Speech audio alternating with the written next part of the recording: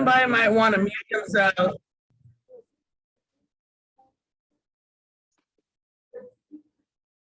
See if it fits in the tub.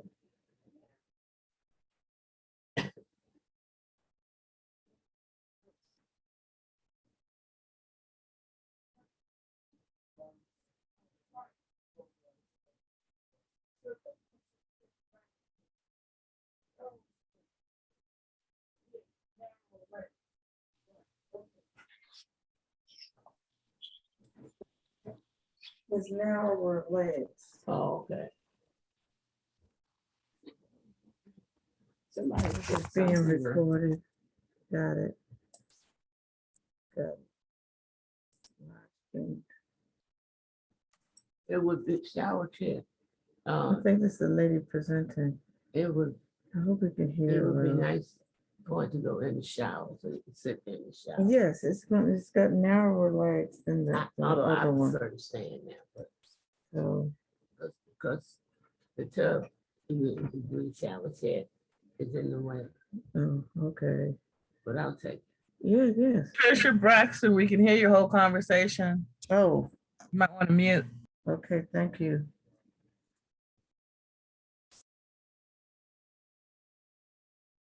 I don't see Christine.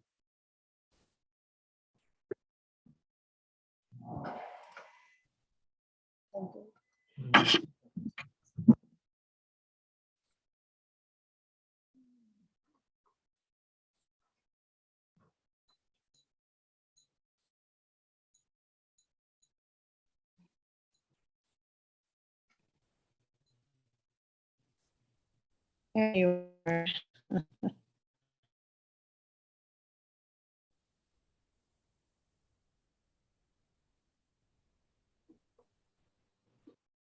Recording in progress.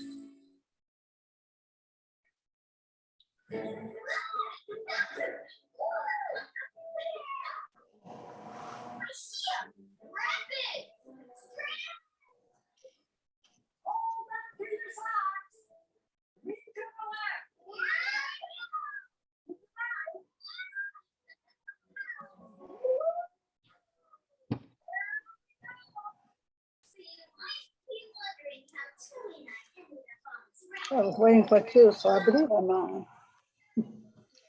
Good afternoon.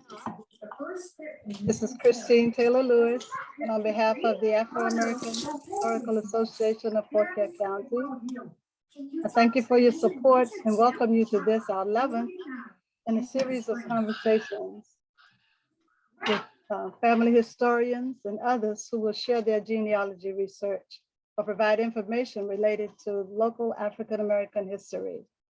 Now, our mission here at AAHA is to collect, document, and preserve and share US history with a focus on African-Americans here in Fauquier County. Hopefully these Zoom calls will serve as a gateway to extensive collection of information that's available in our museum, our library, our research room, as well as the various media outlets such as Facebook and YouTube, and of course our website, which is AAHA4care.org. Now at the website, you'll find numerous links to historical photographs, artifacts, books, a variety of ongoing projects, a virtual tour of our museum, an interactive story map with histories of the African-American communities, churches, and schools in Fauquier County, and much, much more. So remember to visit us at AAHA4care.org. Now this year we are celebrating AAHA's 30th anniversary. It all began in the late 1980s when Karen Hughes White and her friend Karen King Lavore began to explore their family lines. As their genealogy research began to grow, so did a mutual desire to share their findings. By May 1992, with the support of the Afro-American Historical and Genealogical Society, they co-founded the Afro-American Historical Association of Fauquier County. Now, recently, when I asked Karen Hughes, our director, to reflect on the agency's enormous growth over the past 30 years. She simply recalled that those years were a process. And she went on to describe the work as being a big evolving story, not only about Fauquier County, but about a people. So beginning this Thursday, in commemoration of AAHA's 30th anniversary, that will be a weekly post on Facebook to take a look at some of the agency's various initiatives, programs, and services over time. The theme for these posts will be down through the years, and we invite you to follow us. Thank you. So now, the topic for today's discussion is For Freedom and Family, Fauquier County to Liberia. In late 1854, 66 people immigrated from Fauquier County to Liberia to obtain freedom for themselves and their extended families. Hannah Lona was the oldest at 74 years, and the youngest were 4 6-month-old infants, including twins Georgianna and Susannah Nelson. Other surnames were Burns, Fisher, Garner, Gaskins, Garrison, Johnson, King, Newman, Parker, Roy, Washington, and Wells. The immigrants were released from slavery by the Herndon family of Baptist ministers and their wives after a national fundraising appeal to members of the American Colonization Society. The journey was fraught, the death toll high, 2 men returned to the United States, and the fate of most of them is unknown. The stories of these immigrants reveal the sacrifices they endured for freedom and family, and the conflicted white community that collaborated with them. Today's guest will discuss her work with the Virginia Immigrants to Liberia project as it relates to today's topic. And she will provide some historical insight as to what life was like for some of those who embarked on the journey to Liberia. Dr. Deborah A. Lee is an independent scholar and public historian with an MA in history and a PhD in cultural studies from George Mason University. She has collaborated with local and regional history organizations to produce publications, including the book, Honoring Their Paths, African-American Contributions Along the Journey Through Hallowed Ground. She has also published scholarly articles on anti-slavery in Virginia. In 2008, she and Marie Tyler McGraw developed the Virginia Immigrants to Liberia website with the Virginia Center for Digital History. The National Endowment for the Humanities is now funding an update and expansion of the website with the Institute for Advanced Technology in the Humanities at the University of Virginia. Good afternoon, Dr. Lee. Good afternoon. Thank you so much for joining us today to share this very timely subject as we approach the Juneteenth anniversary this weekend, where we commemorate June 19th, 1865, when the enslaved in Texas finally learned about their freedom. So we're so excited, Dr. Lee, to have you with us. Now, tell us about your database and some of the Fauquier County stories that emerged from your research, if you will. The current database has information that's hard to find, especially for enslaved people, and includes things like first and last names, relationships, county or city that they were from, their status, enslavers' names, and sometimes such things as literacy, occupation, and death. This information can really help researchers get through that brick wall that slavery imposes and learn more about their ancestors and others, and much about life in those times, including resistance to slavery and emancipation at the local level. Very good. Thank you. So we look forward to your And- presentation. And you asked about Fauquier County people in the database. Yes. There are 121 on 121. 6 different voyages, starting in 1833 on the Roanoke, 1840 on the Saluda, 1846 and 1847 on the Liberia packet, then the group from the Euphrasia, and even 2 years after they left, there was another group on the MC Stevens. So interesting stories. Yeah, quite a Each few. of them. So quite a few traveling, going that way. Indeed. I And can they imagine. also kept in communication, at least to a degree, some for over decades. Oh my. So they were able to correspond with people back here in the States.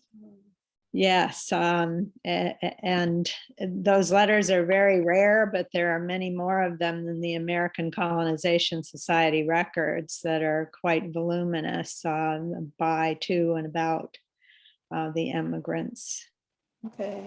We're working to make those available through the database with the expansion. Oh, great. That's great.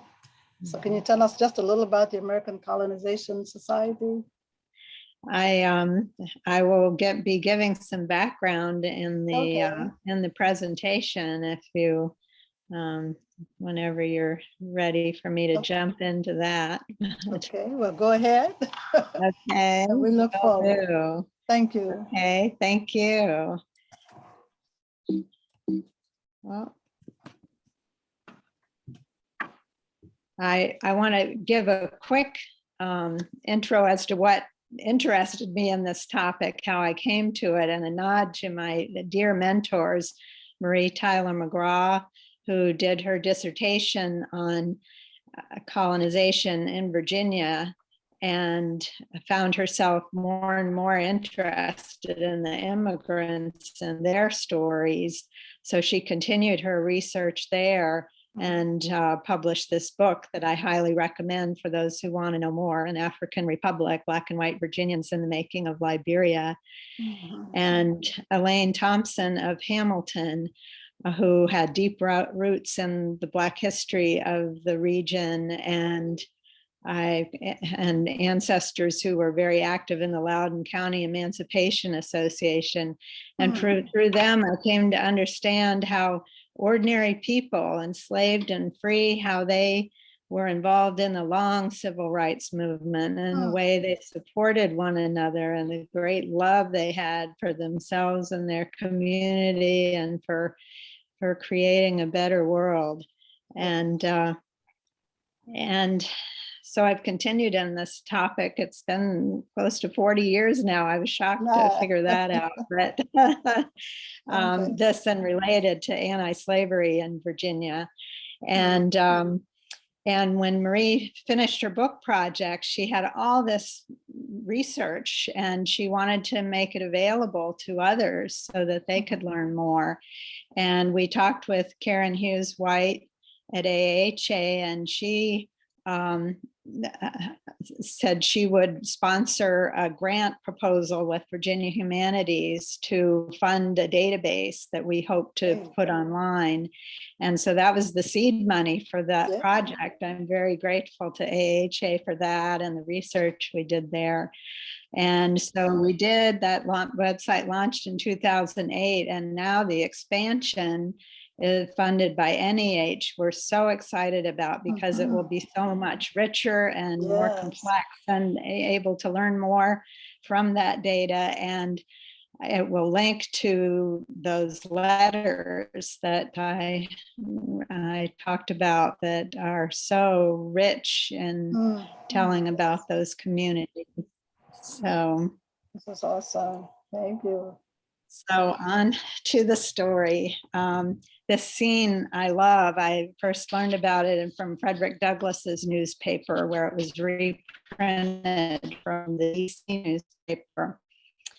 And these stories and what is known nationally as the Herndon Appeal, it really demonstrates the value and richness of the colonization topic and its sources, enabling the history across the color line and the gender line, illuminating grassroots collaboration and struggles over slavery, freedom, citizenship, and social justice, revealing the agency of white women and African Americans in that era in the way that few sources do. So here's the scene. In late October of 1854, at the busy Baltimore and Ohio Railroad Depot near the nation's Capitol building, the contents of 5 horse-drawn wagons loaded with bedding, trunks, boxes, bundles, even baskets containing fowls were being loaded onto a freight car bound for Baltimore. There they would be transferred to a ship bound for Liberia. The owners of this unusual baggage traveled together in a special car, a group of 66 African-American men, women, and children, old and young, from the gray-headed patriarch to the infant in arms.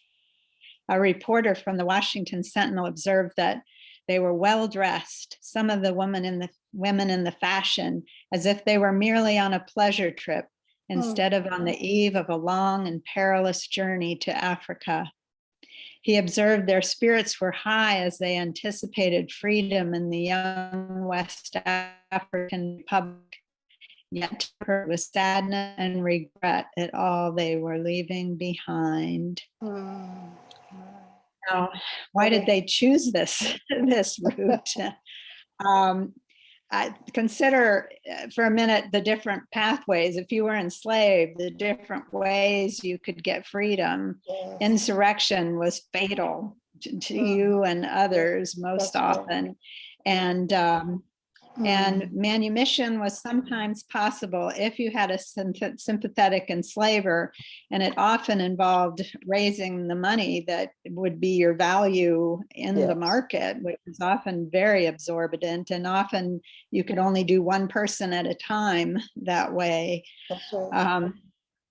Another was self-emancipation or escape from slavery, either independently or with assistance from the network known as the Underground Railroad. But even that, it was young men that predominated in it. It was much harder to escape with families, and typically that took more planning and more assistance from others, as this painting depicts. So the other ways were often you had to choose between freedom or family, which was a very difficult decision to make. And so, and also in 1805, a law was passed that took effect in 1806 that said that any person manumitted from slavery had to leave the state within a year of emancipation. So that made it a lot more difficult for those enslaved and those who wanted to free those who were enslaved.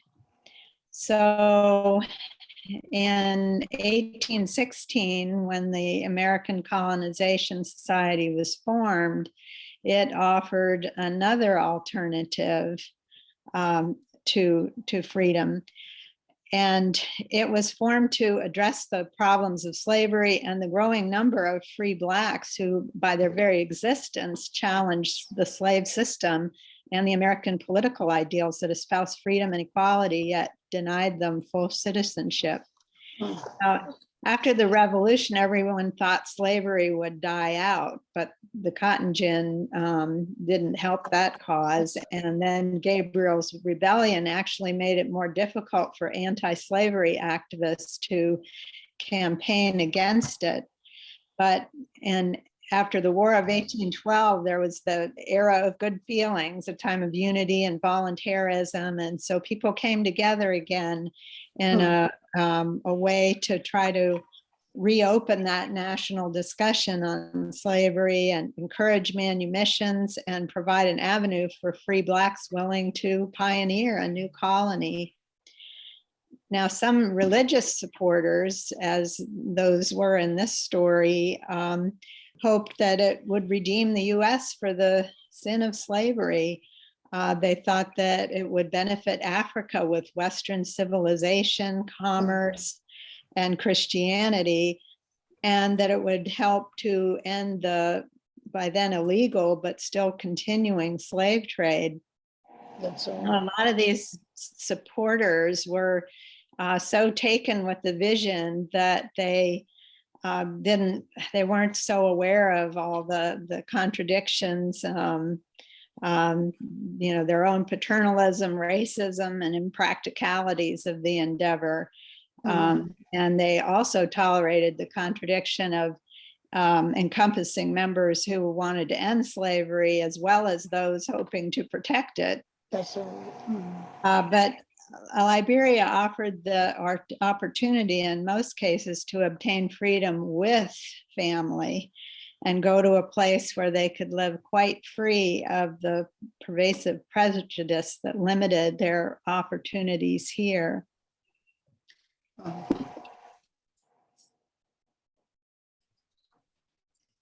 Now, I don't have images of any of the people in this story, but I love this photograph, and this so illustrates to me the families from the gray-headed patriarch to the infants in arms, and it helps convey the preciousness of every human life.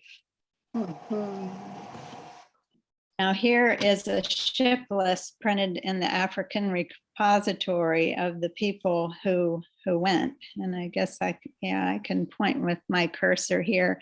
Harry Tyler, he raised money to purchase his freedom so he could go with his wife Kitty and their family of 9 children. Now, unfortunately, Kitty became very ill with typhoid fever, even as they were planning the voyage, but she still was determined to go. Douglas Fisher, blacksmith, we learned from the letters, a first-rate blacksmith. He had to leave his family behind. And here are Mike and Hannah Lona, Hannah being the oldest. And there were some other elders here, and Jesse Johnson, who was emancipated by someone else. Now, he would not have had monetary value at that age, so they probably just freed him to go. And his wife, Betsy, you see the little twins here who are, whoops. Here they are, Georgianna and Susannah at 6 months old, a number that were 6 months. And here, now they were emancipated, the heirs of Colonel George Love, more on that later, a few other people, and also Thaddeus Herndon, and the Chapman family. And I see Mary Love. She may have had that Love name from George Love. It's a possibility. And they're fascinating to be able to see the list of people. Yes, that's right. And a number of them could read, and some could write, and many of them were what they call professors of religion, that they professed in this case the Baptist faith. Then they thought they were ideal candidates for Liberia. Exactly what they were looking for. Now, this is the Mary Caroline Stevens, a ship that took Fauquier immigrants a few years later. I don't have one of the Euphrasia, but their ship was probably similar. And their voyage turned out to be horrible, because not very far out, the captain suffered paralysis, probably from a stroke. And first mate attempted to take charge, but the crew would not respect him, and it was very difficult.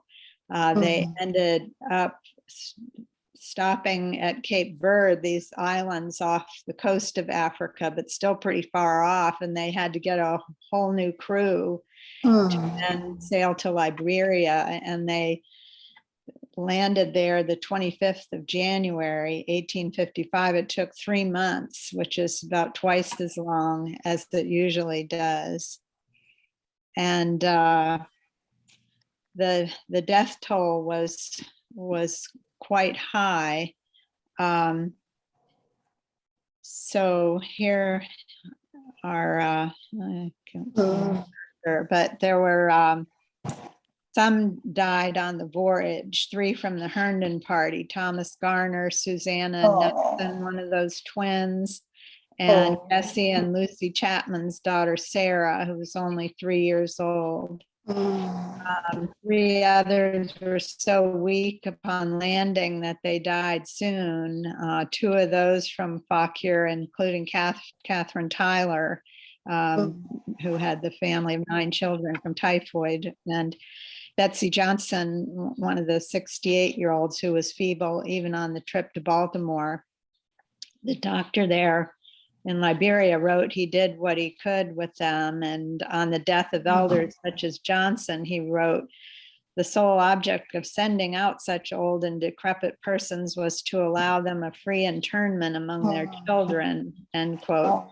But perhaps their presence on the journey and the nearness of their burial site provided their families some small measure of consolation, and they got to see their families obtain freedom and obtain it for themselves. They died free, and that must have meant something to them as well.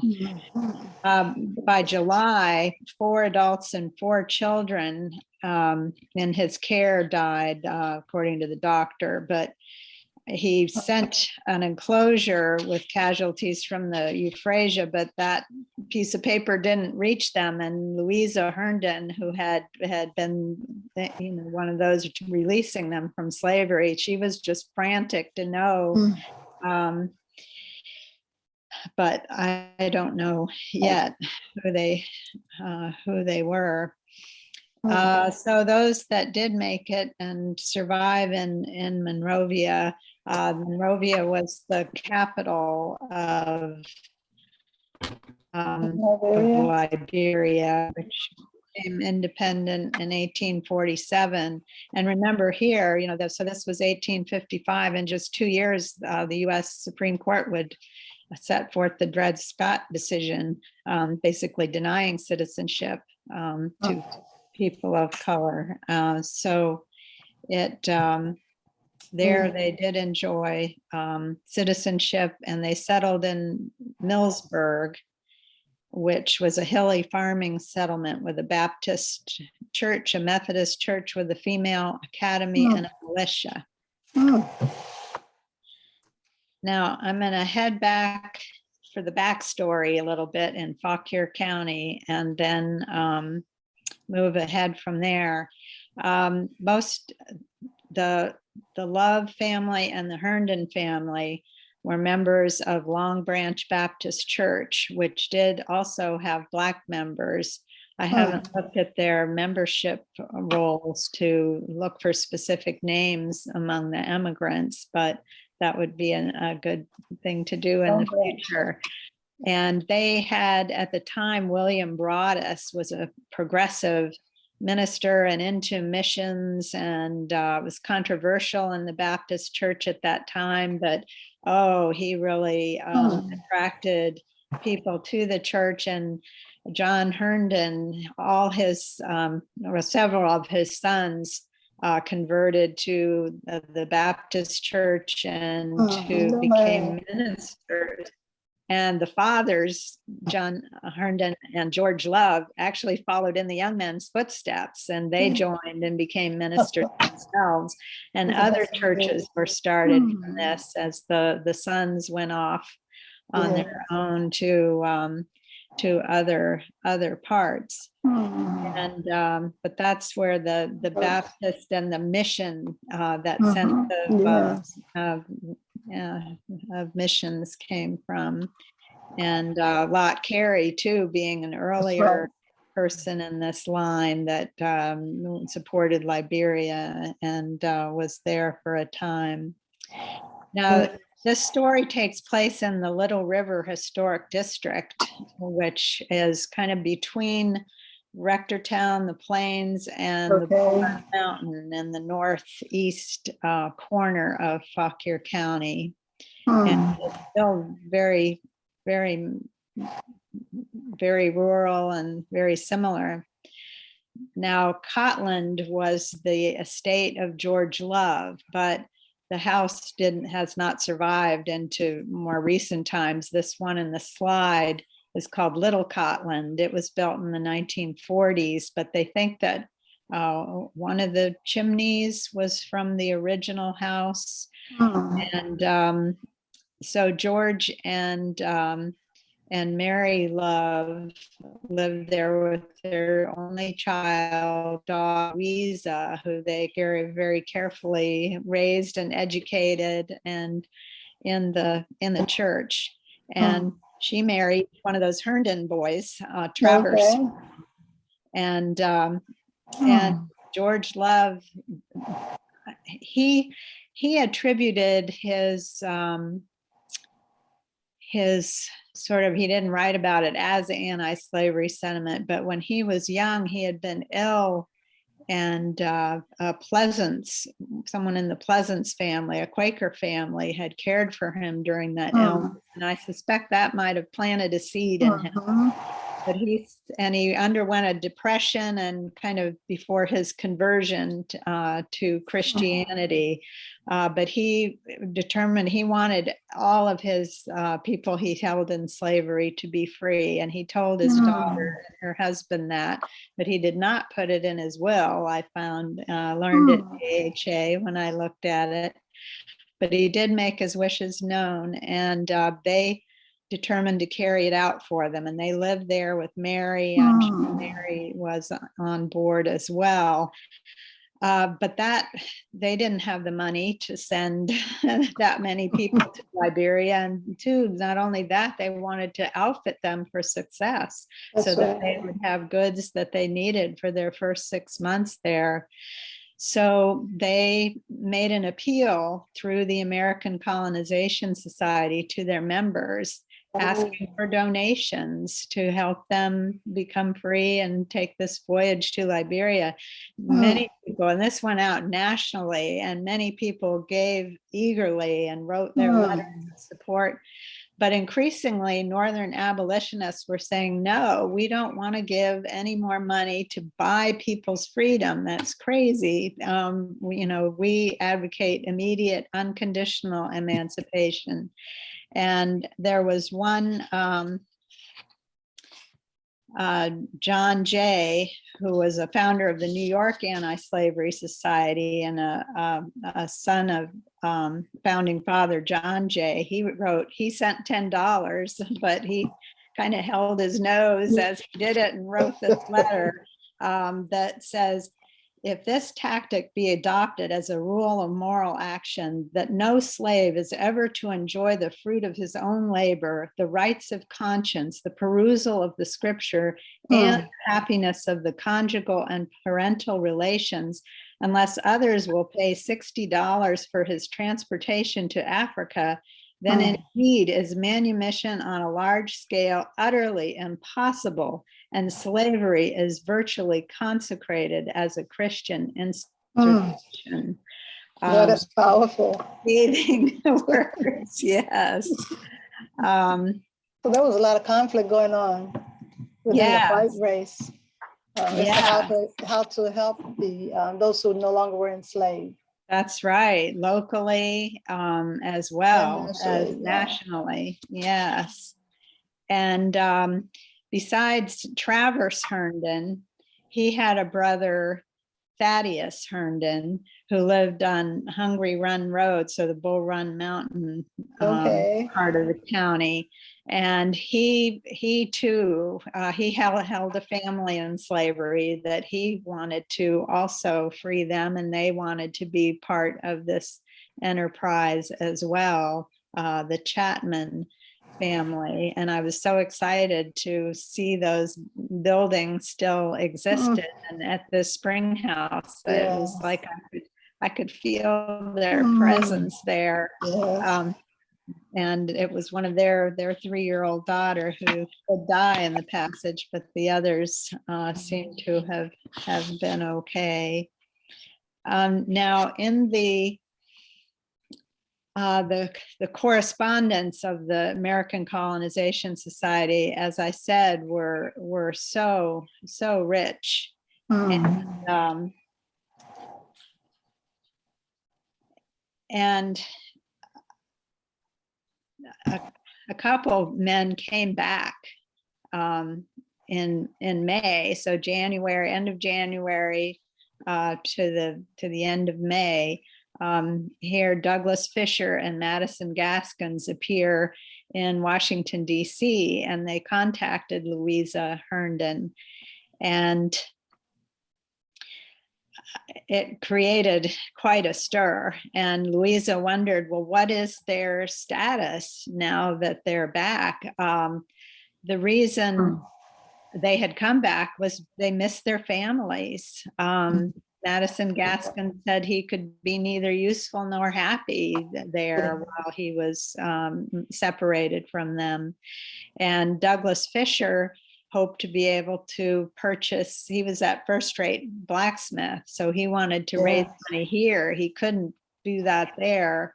There wasn't enough money there to support him in that. So he came back, and Louisa asked about his status, and Free. the Free black man. let's see. So the agent at the American Colonization Society said, we regard Douglas Fisher as a citizen of Liberia, over whom neither this society nor the heirs of your father, the late Colonel Love, have any legal control. We think he acted unwisely in leaving Liberia so soon, especially without having any prospect of getting his family. Now, the Herndons did not file deeds of manumission. Very few Virginians did when they released people for Liberia. In Maryland, it was a requirement. So that meant when they came back in Virginia, legally, they were still enslaved. So it was very dangerous for them to return. And Louisa was frantic, and she negotiated with the owner of his family, and he said, well, you know, I'll give him 5 years to raise the money, but he must not go into a northern state while in this 5 years, and you'll see why in a minute. He'd really be free. And so she then, and this does, these letters better than anything, shows the intense personal involvement of the women in these stories. But Louisa wrote, this is of concern to you all in Warrenton. And she said, I understand that Douglas left his wife's a week ago with the intention of coming here. He, however, did not reach here, but turned his course when he reached Warrenton, where I suppose he received a message from me which caused him to make that change. I advised him through another not to come to this neighborhood at present, as it was too hazardous a business, but to leave the state until some arrangement could be made. I now feel very anxious to hear from him. If I erred, it was for want of more light. May the Lord bless you, gentlemen, in all your efforts to promote his glorious cause. Praise your unworthy friend. She was quite, and I don't know yet what happened in that story. But I do know a little more about Madison Gaskins, who had come with him. Well, he went to New York the following month, so the end of June, and attempted to raise money there to purchase his family, which you can see there. The ages, his wife and 4 children, ages 1, 5, 8, and 19. And so he tried that route to purchase his family. But then I found him again in 1857, wherein he went to see William Still in Philadelphia. He was the head of the Philadelphia Vigilance Committee, which was resurrected after the Fugitive Slave Law of 1850 to help people escape from slavery. And he himself was reunited there after 40 years with a brother. He was born free in New Jersey, but his brother was kidnapped and enslaved in Kentucky. And when he met him again, it was such a meaningful reunion. He decided not only was he helping people to get to freedom and to get family members to freedom, for those that already had been successful, he kept careful records about everyone because he knew they would come, they would try to be reunited and find one another.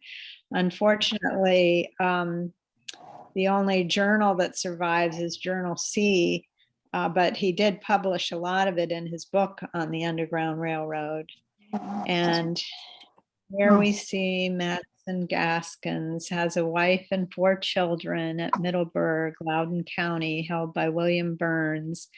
And he has their names here: Ann Gaskins, John William, and these match up with the New York Times article. And this part tears my heart as I'm a grandmother. It says her mother, his wife's mother, is named Alice, is about 50. It will not do to let her know of the scheme unless she can safely be brought on with the rest. So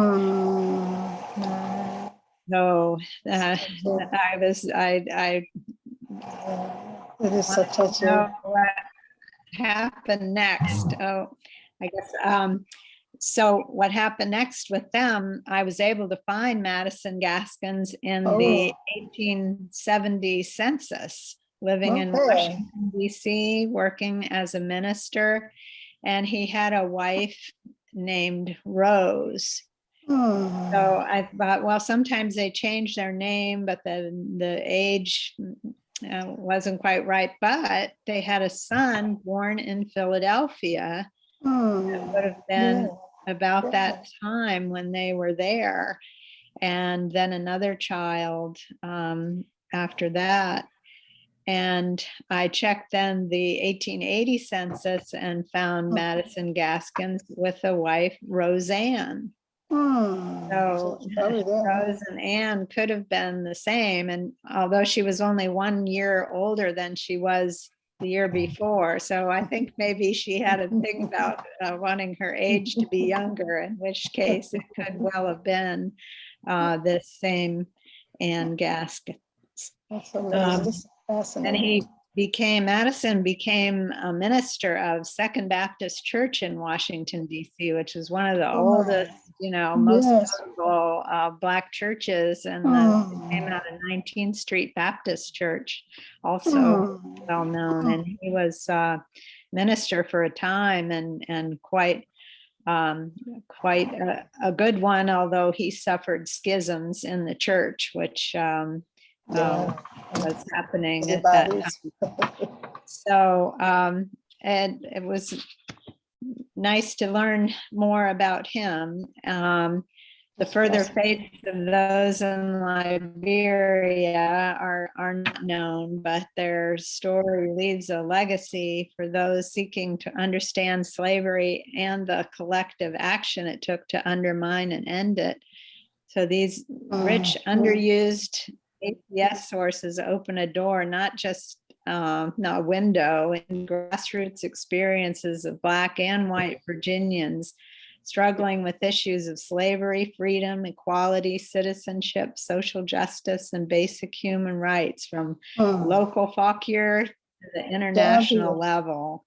That's The amazing. Herndon story is a microcosm of the larger ACS experiences. They were trying to raise money every possible way they could for their cause, while the tension grows between their movement and that of Northern abolitionists advocating immediate unconditional emancipation, which was a movement they helped catalyze. It shows the shared ties of affections that enslavers sometimes had with Black people in their communities and how some struggled with them against the injustice of slavery. And even more powerfully, it underscores the far stronger bonds between African-American family members, revealing the extremely high price they were willing to pay to live and die in freedom together. With their family, it's amazing. Just a fascinating story. And the way you piece it together, it's just fascinating. And to know that they would seek a better life, you know, and be able to secure it. But what's curious to me is the conflict among those Northern abolitionists and those who wanted to see that freedom in Liberia, you know, a place far away, where this should really be their home. Yes, that's right. And in the North, free Blacks, for the most part, didn't want to have much to do with colonization. They did have That's active organizations and immigrants from like Pennsylvania and New York, but in Virginia, free Blacks were much more open to it, and Virginia had more immigrants than any others, and free Blacks from the Richmond area were among the early immigrants and the leaders of this new republic. Would you say they were encouraged to go to Liberia because the racists didn't want them to enjoy life here with them, or to enjoy integration, or didn't want them integrated into the society that they thought was theirs? They were with the politics of it. When, you know, in some counties, the Black population was as large as you know, the number is figured, and one, the Frederick County Auxiliary has a document that I think was one of the most amazing anti-slavery documents, and they said they understood that without full political participation, that there was that they would be prone to, they called it infamy and rebellion. And they said, can you imagine a Black president or chief justice of the United States? And, you know, we are moving toward that, but so the politics of it had people quite worried. And but I too want to give credit to the people who stayed and continued working for freedom and social justice here too.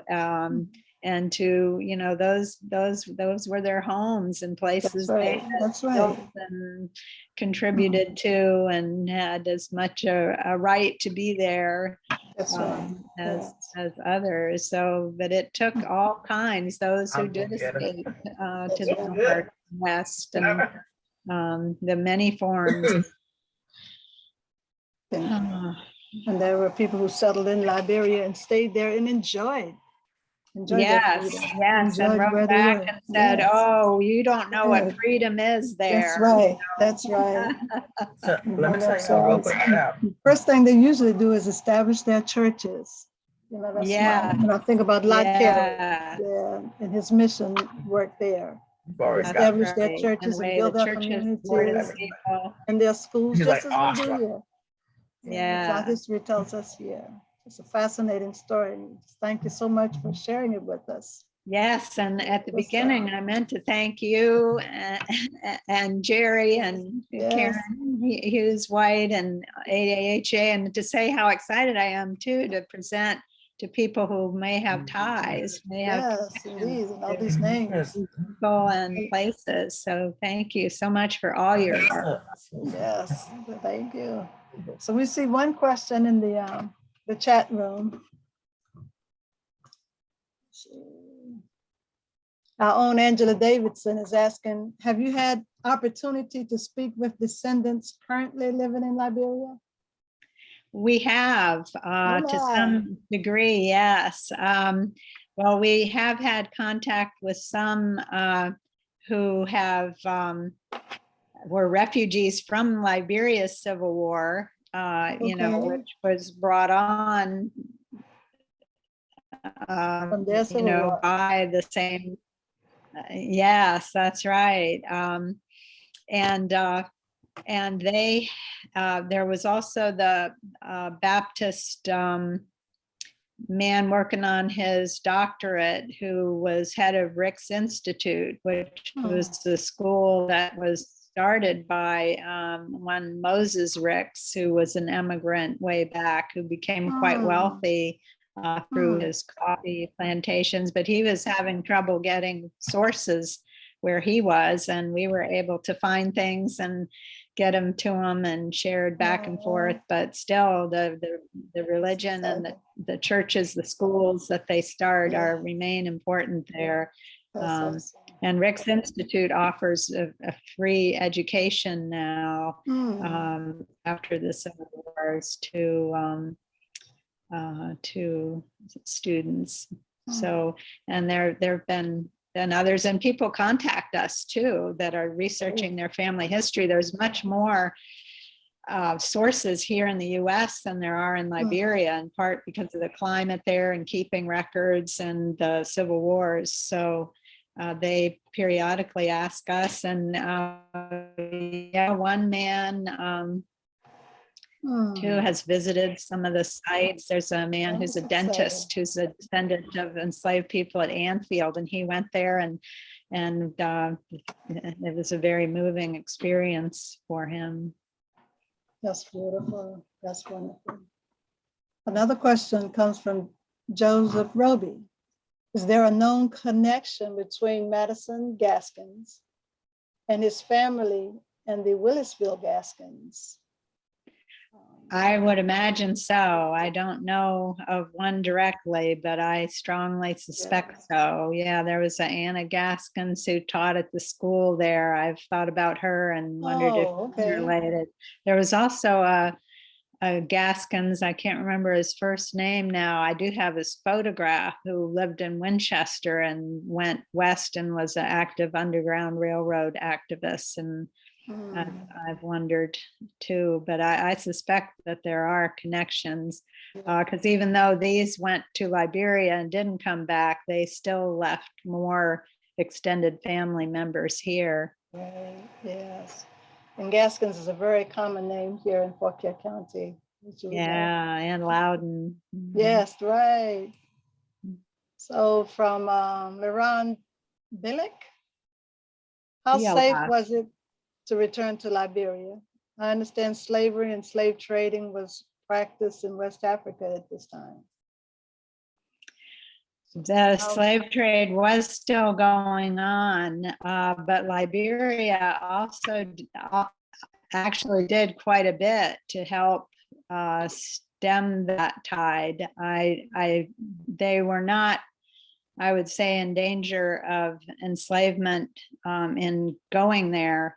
And one thing Liberia did too was to take in the people from captured slave ships who were engaging in the illegal trade. And usually the people on that ship had come from various parts of Africa, and they couldn't help them get home again. So they would, Liberia accepted them into their country, and they used to be called Congo people. Okay. That term is a little different now than it used to be, but in Liberia. But yeah, that was another component. You had the indigenous tribes, That's and right. then the Americo-Liberians, and then the other people from various parts of Africa. It's amazing, fascinating. Another question comes from Britain that asks how we can contact you.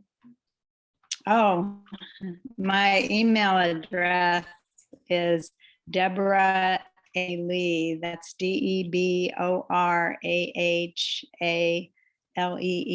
@gmail.com. Thank you. Deborah A. Lee @gmail.com. I thought of another case too of engaging with Liberians, some staff from the National Park Service at Arlington House that had a man named William Burke and his family that emigrated to Liberia.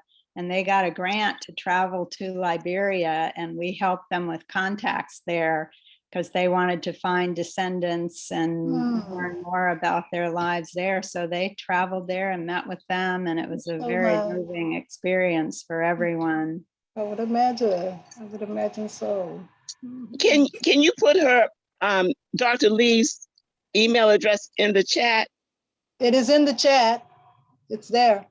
And I asked another question as well about the descendants of those who emigrated to Liberia but returned. Have you had any contact with those families or descendants? Yes, we have. Oh, the ones like, you mean like that came back long ago? Like Fisher. Well, now Fisher and yeah, no, I have not. Fisher and Gaskins, there was a man too in Loudoun County that came back, and he was very negative about Liberia. There were differences of opinion, but no, I do not know, and would love if anyone, is a descendant or wants to know more. We know more than what I was able to fit in this talk. Please do contact me. I would be happy to learn more from you and to share whatever we might have. And any of the documents can be loaned out, or it's just all going to be digitized? The letters are available on ancestry.com. They are available for free, but you have to register on the site, and they're not indexed. You kind of have to go through chronologically, and the letters come from all over. They're hard to find, which is why people haven't used them very much. There's so many of them, and they're from all over, but having them digitized really helps. And then the ones we found, and we have other people, we're partnering also with people at Norfolk State University, the Joseph Jenkins Roberts Center for Study of the African Diaspora, and they've had some students involved in going through the letters and finding ones from Virginia and tagging them and that kind of thing. So, but we'll make it easy with the website by linking to the letters and the people from Virginia. So I see a note from Wendy Wheatcraft. It says, I'm sorry to tell you that the stone house on Bull Run Mountain was never owned or occupied by the Herndon family. It's generally called the Creole House, but it was built in the late 18th century by John Munday. Perhaps Herndon built a house on an adjacent property. Yeah, he didn't build the house. It is in the National Register nomination as the Herndon Creole whatnot. Yeah, it's got quite a long list of people who have lived there. But yeah, I don't know for sure that he lived in that house. There may have been another house there, but that was standing when he owned the property. Also at AAHA, Troy helped me, and he did own, the Herndons owned that property. So I was able to learn more about that from him. But yes, it was, it's known as the Creel House in the book Pride of Place. Thank you, thank you. And Leslie Grayson is commenting that she'll have to leave it too, and that the meeting was fantastic, which I agree. And Joseph Roby is also asking, what will be involved in the Virginia Immigrants to Liberia project website update? So what's involved in the update of the Virginia? We're redoing the database completely and going right to the manuscript ships list. Jane Ailes in Clark County, some of you may know her, White Post, is working on that part, and she's found more people. I think there were upwards of 3,800 immigrants now, and we're including many more of the white people that were involved as not just enslavers, but agents and facilitators. And we're including people who were inquired about going but didn't actually go. And the letters will be very helpful. I'm working on articles, many more stories such as this one, and research that others have done, both scholars and some are journalists that have researched, like Lynchburg, and they've got a big story there that he's written about, and we'll make those articles available so people can easily access those as well. And images, we'll have a lot more images. It's very exciting. So people can still, And I'm sorry, go ahead. and it's with Worthy Martin and the Institute for Advanced Technology and the Humanities at UVA is doing. Okay. So to reach your website, just go to Virginia Immigrants to Liberia. Yes, just Google that's it? the easiest way. Just Google that and it's right at the top. It's easy Okay. to find that way. Thank you, thank you. Angela is saying thank you, great presentation. And others are commenting, wonderful presentation, thank you all. And again, I want to thank you. This has been absolutely fascinating information. And it is definitely my intent to come back on the YouTube or Facebook as I'm browsing through and experience this again, because the information is just invaluable. And we thank you for all your hard work and your research. And it's a joy to know that during the process of AAHA's experience down through the years, we were able to assist you in your research project. It's just a joy to know. It's a wonderful experience. And it's been a joy to meet you. So we thank you so very much, Dr. Lee. Oh, and thank you for helping me do my first Zoom presentation. Thank you, everyone, for being here. Thank you so much. And to those who are visiting, again, we thank you for joining us. Next event will be on June 28th, when Stephanie Addison Mudd will come back and give a complete presentation on the Blackwell community in Lower Fauquier County. So we hope you'll join us then. And thank you again for your presence. And look forward to our first event on Facebook to tell us, to tell everyone about the story of AAHA down through the years. Thank you, and I'm signing out. Thank you, Dr. Lee. Thank you.